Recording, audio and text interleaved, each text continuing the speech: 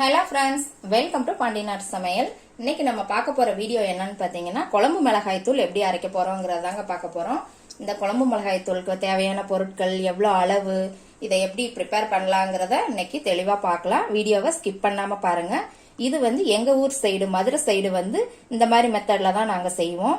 இந்த வீடியோவை ஸ்கிப் பண்ணாம பார்த்து எல்லாருமே சப்போர்ட் பண்ணுங்க இந்த சேனலுக்கு. இந்த நான் கத்துக்கிட்டது எங்க வீட்டுல உள்ள பெரியவங்க கிட்ட நான் கத்துக்கிட்டது. அதை இன்னைக்கு உங்களோட நான் ஷேர் பண்றேன். இப்ப இதுக்கு என்னென்ன தேவையான பொருட்கள்ங்கிறத பார்க்கலாம் வாங்க.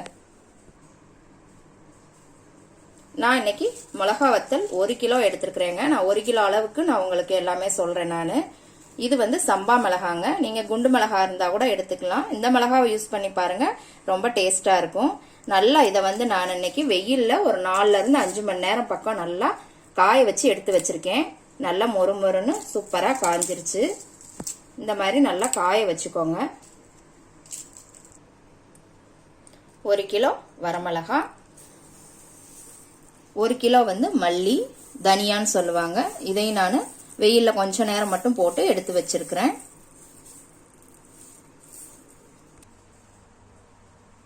அடுத்து மஞ்சள், வரலி மஞ்சள்னு சொல்லுவாங்க. இது 100 கிராமுங்க. கடுகு, இதுவும் 100 கிராம். சாப்பாட்டு அரிசி, இதுவும் 100 கிராம். மிளகு 100 கிராம். துவரம்பருப்பு 100 கிராம். உளுத்தம்பருப்பு 100 கிராம்.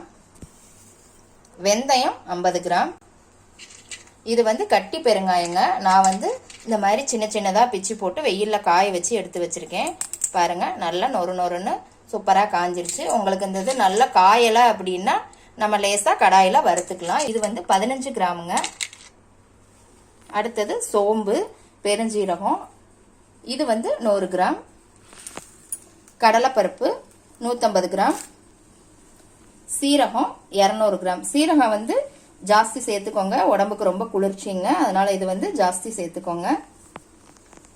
கருவேப்பிலை 2 கைப்பிடி அளவு.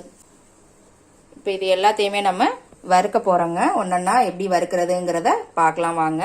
இதுல நம்ம வரமிளகாயை மட்டும் இன்னைக்கு வறுக்க போறதில்ல. ஏன்னா நல்லா காஞ்சிருச்சு, உங்களுக்கு நொறு நொறுன்னு சூப்பரா காஞ்சிருச்சு. அதனால இதை மட்டும் நம்ம வறுக்க வேண்டாம் இன்னைக்கு. இப்போ ஒரு இரும்பு கடாய் வச்சிருக்கிறேங்க நான். அதுல நம்ம மல்லியை போட்டுடலாம். இதை வறுத்து எடுத்துக்கலாம். பாருங்க, நல்லா வாசம் வர அளவுக்கு வறுத்துக்கலாங்க. மீடியம் ஃப்ளேம் மட்டும் வச்சுக்கோங்க, கருக விட்டுறாதீங்க.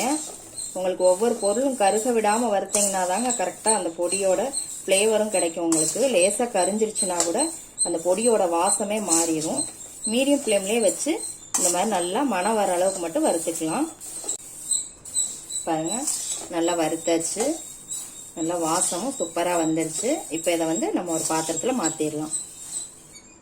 மல்லி வறுத்து எடுத்தாச்சுங்க. அடுத்து நம்ம கடலைப்பருப்பை வறுத்து எடுத்துடலாம். இதே நல்லா வறுத்துக்கலாம். கொஞ்சம் கலர் சேஞ்ச் ஆகணுங்க. இதுக்கு கருக விட்டுறாதீங்க. பாருங்க, லேசா கலரும் மாறிடுச்சு, நல்லா வாசமும் வருது. இப்போ இதை நாம ஒரு பாத்திரத்துல மாத்திடலாம்.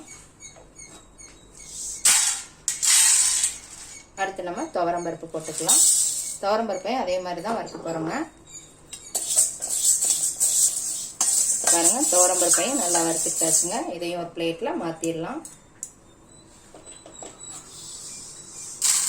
இப்போ அடுத்து நம்ம உளுந்தம்பருப்பு வறுத்துக்கலாம். இதை லேசா கலர் சேஞ்ச் ஆகிற அளவுக்கு வறுத்துக்கலாங்க.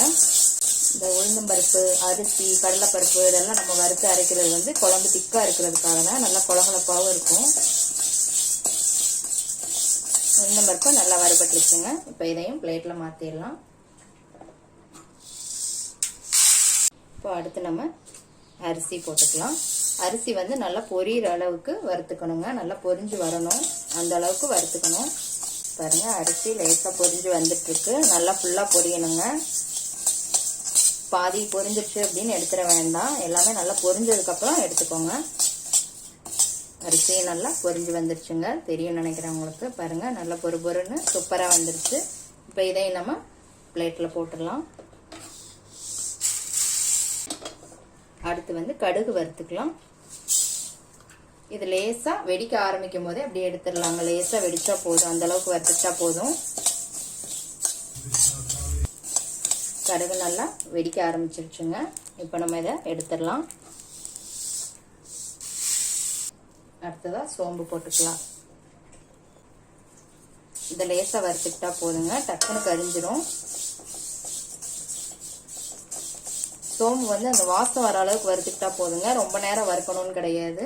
இப்போ இதை நம்ம பிளேட்ல போட்டுடலாம்.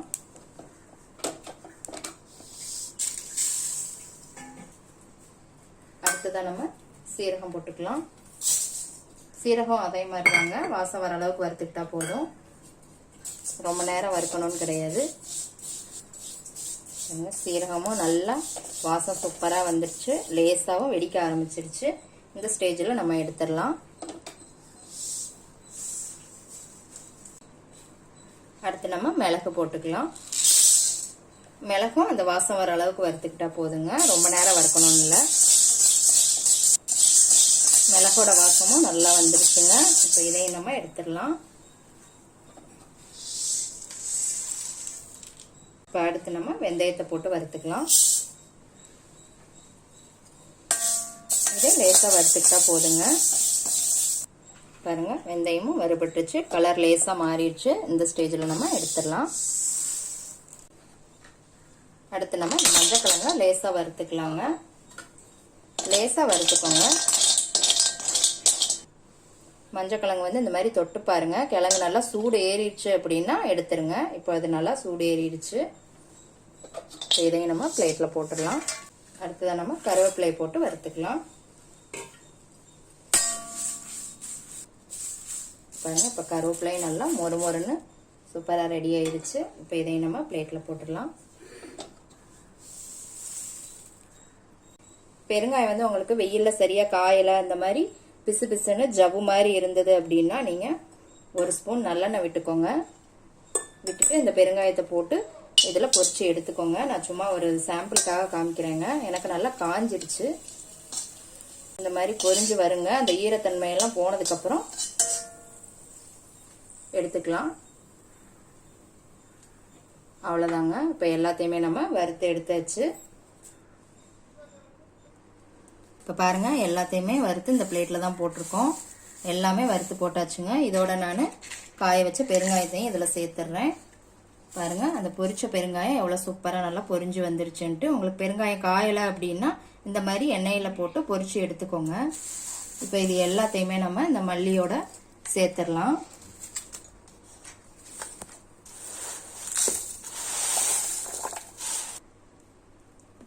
இப்போ இது எல்லாத்தையும் நல்லா மிக்ஸ் பண்ணி விட்டாச்சுங்க. இது நல்லா ஆறுனதுக்கு அப்புறம் இந்த வரமிளகா, இந்த பருப்பு இதெல்லாம் சேர்ந்து நம்ம மிஷின்ல அரைச்சிட்டு வந்துடலாங்க. நான் அரைச்சிட்டு வந்ததுக்கு அப்புறம் அந்த பொடி எப்படி இருக்குங்கிறத உங்களுக்கு காமிக்கிறேன். நான் பொடியை வந்து நான் ரைஸ் மில்ல கொடுத்து அரைச்சி எடுத்துட்டு வந்துட்டேங்க. இதை வந்து நான் பேப்பர்ல நல்லா ஆற வச்சதுக்கு அப்புறம் எடுத்து வச்சிருக்கிறேங்க. இந்த மாதிரி வாளியில எப்பயுமே ரைஸ் மில்ல அரைச்சிட்டு வந்தா ஆறுனதுக்கு அப்புறம் எடுத்து வைங்க. சூட்டோட எடுத்து வச்சிங்க அப்படின்னா அந்த சூட்டுக்கு உள்ள வேர்வை தண்ணி எல்லாம் பட்டு உங்களுக்கு வண்டு விழுக ஆரம்பிச்சிரும். இந்த பொடி வந்து 6 மாசம் வரைக்கும் உங்களுக்கு எதுவுமே ஆகாதுங்க, வண்டு விழுகாது, ஒன்றும் பண்ணாது. நீங்க டைரக்டா இதுல யூஸ் பண்ணாம ஒரு பாட்டில்ல இல்லைன்னா ஒரு பிளாஸ்டிக் டப்பால கொஞ்சம் கொஞ்சமா எடுத்து யூஸ் பண்ணுங்க. கை வந்து இதுல படாம பாத்துக்கோங்க. ஒரு கரண்டியை வச்சு எடுத்துக்கோங்க. பாருங்க எவ்வளவு சூப்பரா கலரா காரசாரமான பொடி ரெடி ஆயிருச்சுன்ட்டு. இந்த பொடி வந்து எல்லா குழம்புகளுக்குமே யூஸ் பண்ணலாங்க. சாம்பார்ல இருந்து உங்களுக்கு அசைவம் வரைக்கும் எல்லாத்துக்குமே யூஸ் பண்ணலாங்க. சாம்பார், காரக்குழம்பு, வத்த குழம்பு, முட்டை, சிக்கன், மட்டன் எல்லா குழம்புக்குமே இது யூஸ் பண்ணலாம். எப்படி இருக்குன்னு கண்டிப்பா ட்ரை பண்ணி பாருங்க. இந்த பொடியை கண்டிப்பா அரைச்சு பாருங்க. அரைச்சு பார்த்துட்டு எப்படி இருக்குன்னு எனக்கு கமெண்ட்ல சொல்லுங்க. இதை எப்படி இருக்குன்னு ப்ரிப்பேர் பண்ணி பார்த்துட்டு கமெண்ட்ல போடுங்க. லைக் பண்ணுங்க, ஷேர் பண்ணுங்க, சப்ஸ்கிரைப் பண்ணுங்க. கூடவே பெல் ஐக்கான் பட்டனை அமுக்குங்க. மறுபடியும் வேற ஒரு ரெசிபியோட சந்திக்கலாம் ஃப்ரெண்ட்ஸ். அன்போடு சமைத்து ஆனந்தமாய் உண்டு இன்பமாய் வாழுங்கள். வாழ்க வளமுடன்.